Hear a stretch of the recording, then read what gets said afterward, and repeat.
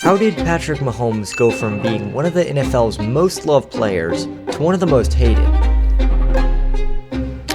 Well, to answer that question, I spent hours researching Patrick Mahomes, and I'm a Broncos fan. But what I found was pretty interesting, so stick around if you want to find out why the league loves Patrick Mahomes, and why most NFL fans don't feel the same way. Okay, let's set the stage.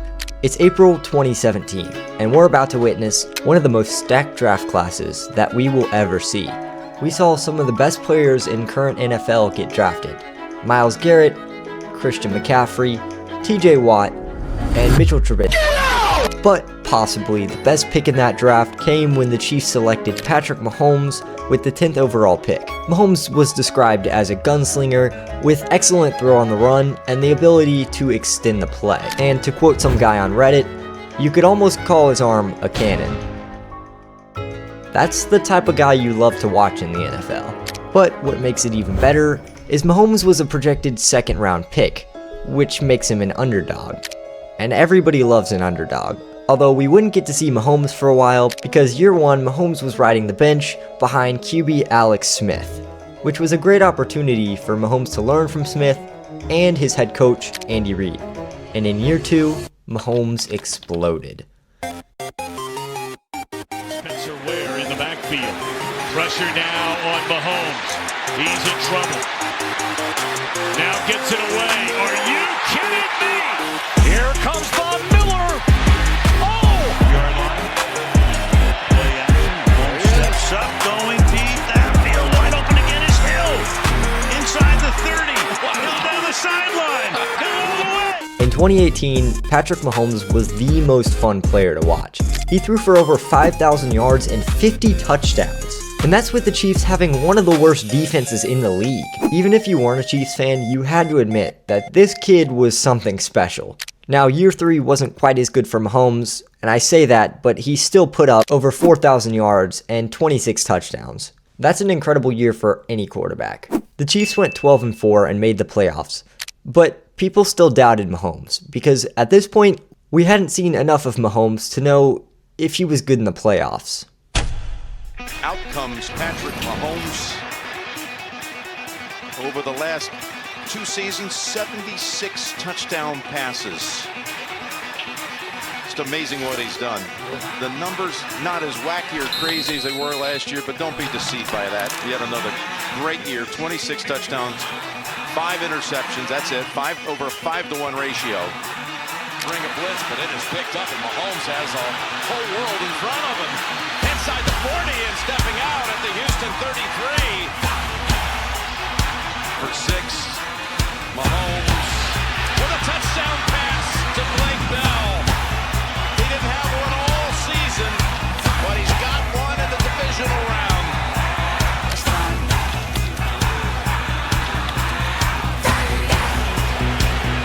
Swings it way down the field to Watkins. Sammy Watkins for the touchdown.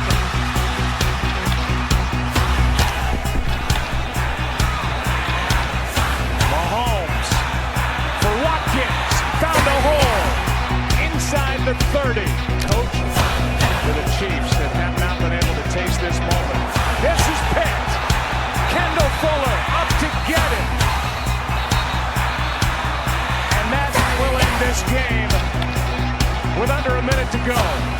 Thank you, Kansas City. We did it, baby. Mahomes got his Super Bowl victory, and most NFL fans were satisfied. Through the first 3 years of his career, Mahomes was liked by almost all fans. Even fans of division rivals didn't hate him at this point. And the league, well, they were loving all the hype. But things changed a lot over the next few years. So let's find out how Mahomes became the villain of the NFL.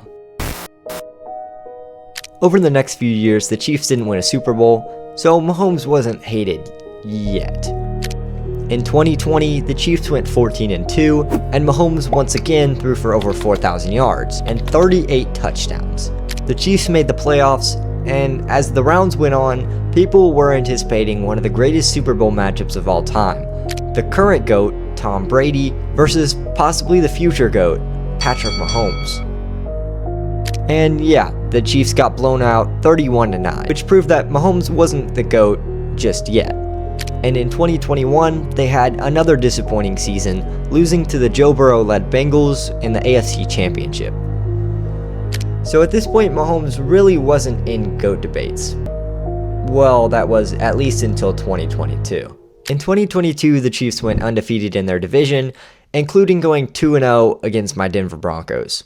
Those were dark times for Broncos fans. Broncos country, let's ride. This team had 6 All-Pros, 7 Pro Bowlers, and they secured the first round bye. So after easily taking down the Jaguars and getting revenge against the Bengals in the AFC Championship, the Chiefs had set up one of the best Super Bowls we've seen this decade.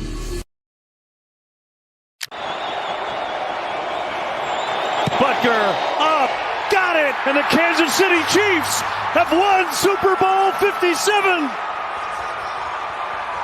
There's a quote that says, "Too much of a good thing can be a bad thing." With Tom Brady gone, the NFL needed a new villain. And with Mahomes having made his 5th AFC Championship appearance and 2nd Super Bowl in his first 5 years, well, Mahomes was the perfect candidate. But before we find out how Mahomes truly became the villain of the NFL, make sure you subscribe so you can improve your ball knowledge.